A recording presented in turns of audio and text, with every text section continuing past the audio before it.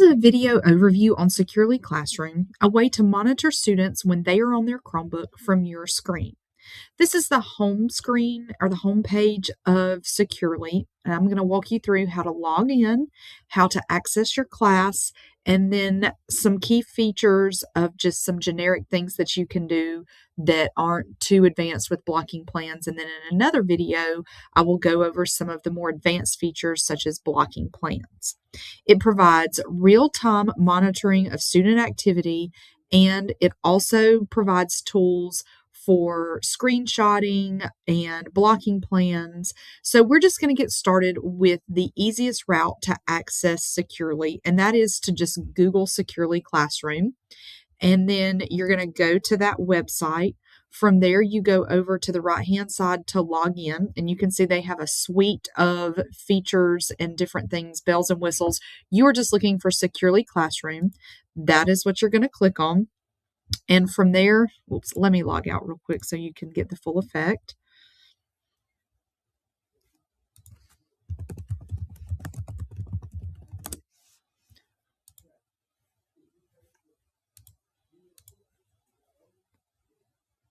From here, you're going to do a single sign in with Google, and then you'll just select your school account. Everything is synced through PowerSchool and Schoology. Even if you are a lower elementary school teacher, you have access to Schoology and your students are loaded in there. That's how Securely talks with your rosters.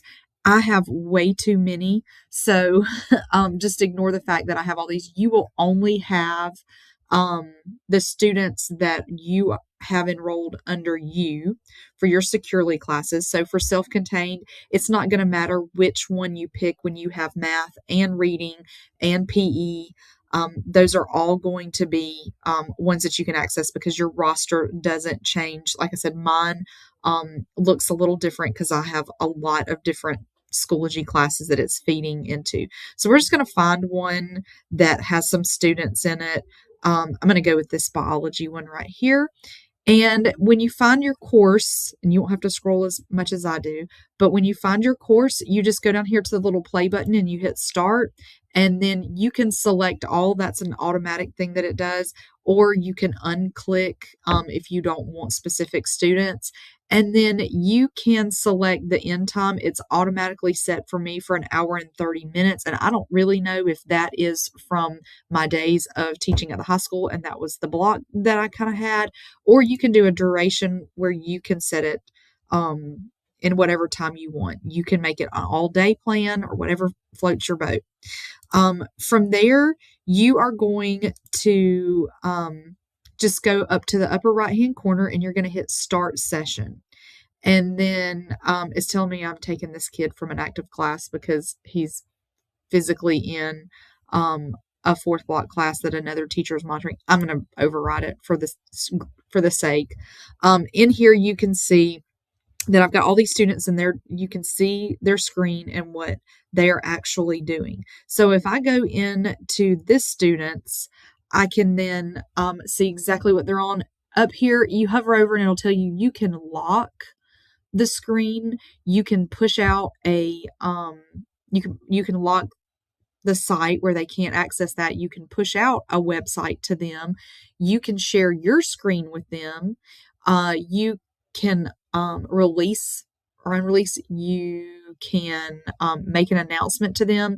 You can save their screen. You can do a screenshot. So I'm just going to click that, and then it's in my student history. I'll show you how to access that in just a minute, but that helps with behavior and if you have to do a parent conference. And then over here on the right-hand side, you have where it shows you what tabs they have open, but you can also open up a chat with this student and you can message them individually. And that is kind of an overview on how you as the teacher can just see what they are doing either individually or on a grander scale with all the students that are in that actual class. You can see up here, there's other things you can push out to all of the classes, just like we talked about with the individual student. And then all you have to do, if you're done and they're done with their Chromebook and you want it to, is you just hit stop the class, and then the class is stopped, and then it will send you an email report. But you can go into your notifications and your settings and you can change that you don't have to get that email every day. But that is just like a generic overview of how to use Securely to just see what your students are looking at on their screen without constantly hovering over, because as soon as you finish looking at one table or one row, then you go to another. Physically, you can't look at all the screens all the time. In another video, we'll talk about blocking plans. We'll talk about limiting the number of tabs, but this should get you started with accessing Securely to start getting comfortable with it, just to see what your students see.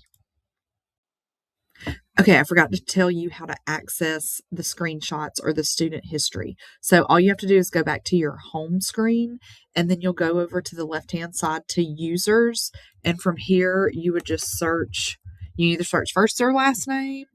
This is one that I screenshot, and then you'll see where it says student details, site screens, and chats. If you go to screen, this is the screenshot that I took at 1:45, or you can go to the sites and it will show you every website that this student went to when they were in my Securely group.